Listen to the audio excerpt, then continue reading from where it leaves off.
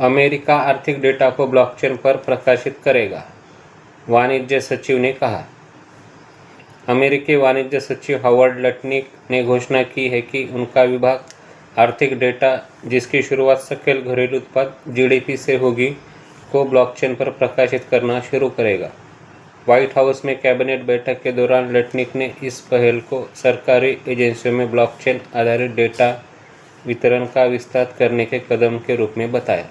उन्होंने राष्ट्रपति Donald Trump, जिन्हें उन्होंने क्रिप्टो राष्ट्रपति कहा, के सामने ये घोषणा की, जो प्रशासन के इस तकनीक के प्रति समर्थन को दर्शाता है।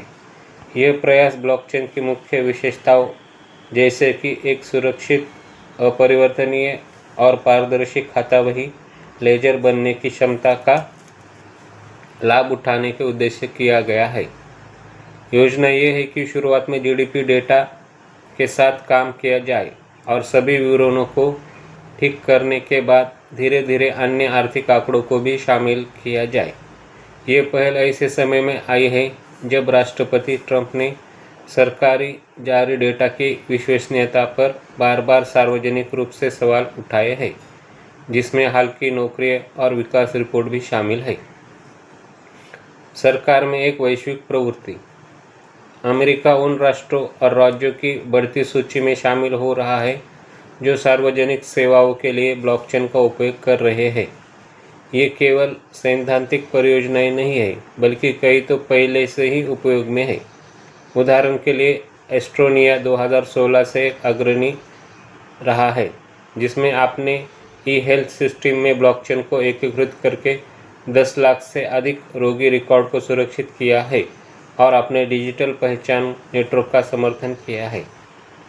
यूरोपीय ब्लॉकचेन सेवा अवसंरचना (EBSI), जिसे 2018 में लॉन्च किया गया था, एक अनुमति प्राप्त नेटवर्क है जिसका उपयोग फ्रांस और डेनमार्क जैसे सदस्य राज्य सत्यापन योग्य सीमा पार सार्वजनिक सेवाएं प्रदान करने के लिए करते हैं। 2021 में सिंगापुर और ऑस्ट्रेलिया ने कागजी कार्रवाई कम करने और लागत में कटौती के लिए सीमा पार व्यापार दस्तावेजों के लिए एक ब्लॉकचेन प्रणाली का परीक्षण किया। यहाँ तक कि अमेरिका के भीतर कैलिफोर्निया के मोटर वाहन विभाग ने धोखाधड़ी से लड़ने और वाहन हस्तांतरण को सुरक्षित करने के लिए 2024 में 4.2 करोड़ कार टाइटल्स को ब्लॉकचेन पर डिजिटाइज किया। ब्लॉकचेन का वादा और सीमाएं।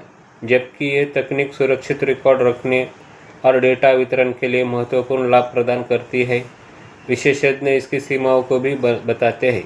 एक महत्वपूर्ण अंतर यह है कि ब्लॉकचेन ये तो सुनिश्चित कर सकती है कि डेटा रिकॉर्ड होने के बाद उसमें छेड़छाड़ नहीं की गई है, लेकिन यह स्वयं डेटा की सटीकता को सुनिश्चित नहीं करती है।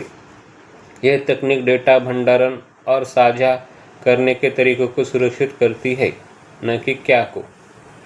यह बात विशेष रूप से प्रासंगिक है क्योंकि राष्ट्रपति ट्रंप ने अतीत में 0.3% जीडीपी संकुचन को टैरिफ प्रेरित झटका कहकर खारिज किया था और एक श्रम सांख्यिकी ब्यूरो आयुक्त को एक नौकरी रिपोर्ट पर फर्जी कहने के बाद निकाल दिया था। ब्लॉकचेन को अपनाने से डेटा की अपरिवर्तनीयता में जनता का विश्वास बढ़ सकता है, लेकिन यह डेटा के मूल संग्रह या गणना में संभावित मुद्दों को संबोधित नहीं करता है। अमेरिकी सरकार की ब्लॉकचेन पहल की सफलता तकनीकी कार्यान्वयन और दर्ज की जा रही जानकारी की अखंडता में जनता के विश्वास दोनों पर निर्भर करेगी। ऐसी ही जानकारी के लिए हमारे चैनल के साथ बने रहिए। धन्यवाद।